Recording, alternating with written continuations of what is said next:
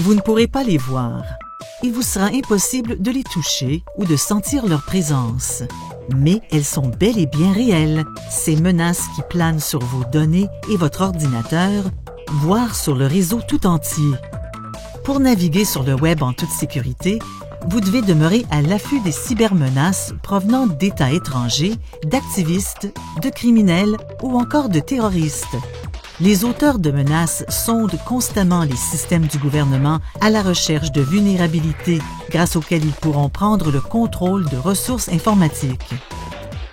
Dès qu'ils ont accès au système, les auteurs de menaces peuvent subtiliser de l'information, corrompre les opérations ou encore insérer des programmes visant à infecter d'autres ordinateurs.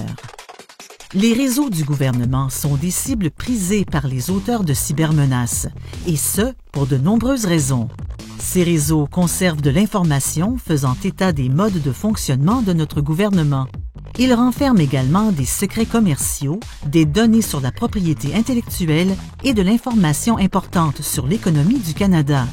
Les réseaux doivent être conçus de façon à protéger non seulement les opérations, mais aussi, dans certains cas, la vie du personnel œuvrant avec services extérieurs, les forces armées ou les services d'application de la loi. En outre, les réseaux du gouvernement contiennent des renseignements personnels sur les Canadiens et cette information doit absolument être protégée.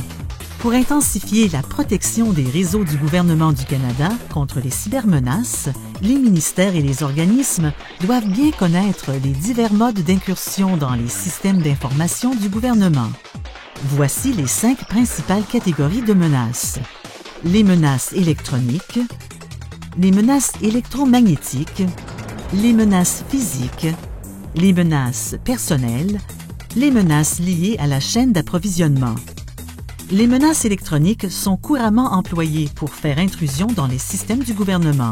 L'exploitation d'un système peut être exécutée sans aucune présence physique, ce qui empêche souvent de détecter la source de la compromission.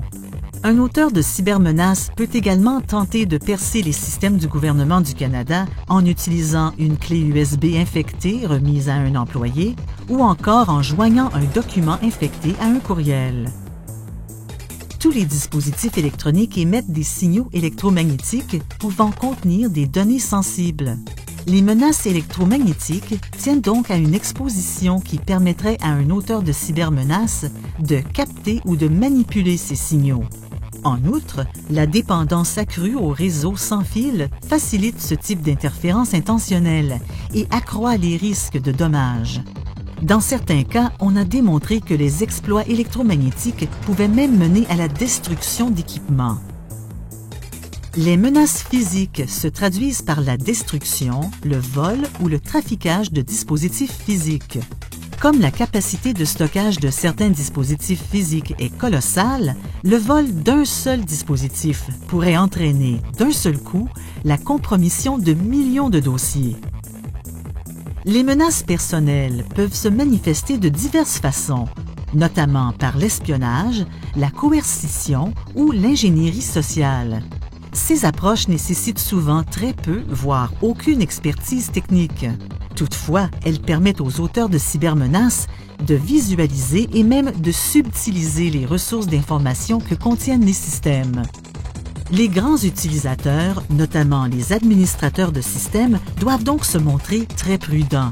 Leur accès privilégié à de nombreuses parties d'un réseau en fait des cibles de premier plan. En outre, les médias sociaux offrent des moyens additionnels aux auteurs de cybermenaces qui tentent de mettre la main sur des renseignements personnels. Ces renseignements peuvent ensuite servir à lancer des exploits en ligne ou à exercer des pressions sur des employés du gouvernement. Pour se donner accès aux systèmes d'information qui sont particulièrement bien protégés, les auteurs de cybermenaces peuvent décider de compromettre un élément vulnérable de la chaîne d'approvisionnement qui sert au maintien des systèmes. Par ailleurs, des logiciels malveillants peuvent être intégrés à des dispositifs depuis l'usine du fabricant, préalablement à l'achat. Ainsi, des appareils censément neufs pourraient avoir été trafiqués avant même d'être installés dans les réseaux du gouvernement. Lorsqu'ils ne sont pas adéquatement vérifiés, les mises à niveau et les correctifs de logiciels produits par les fournisseurs peuvent également être compromis, ouvrant ainsi des brèches que les auteurs de cybermenaces peuvent exploiter après l'installation. Grâce à une solide connaissance des menaces, ainsi qu'à la surveillance continue des réseaux, les ministères et les organismes se donnent les moyens d'évaluer les éventuelles répercussions des atteintes à la sécurité. Il devient alors possible de prioriser les mesures d'atténuation en se fondant sur les risques encourus par les systèmes et les données.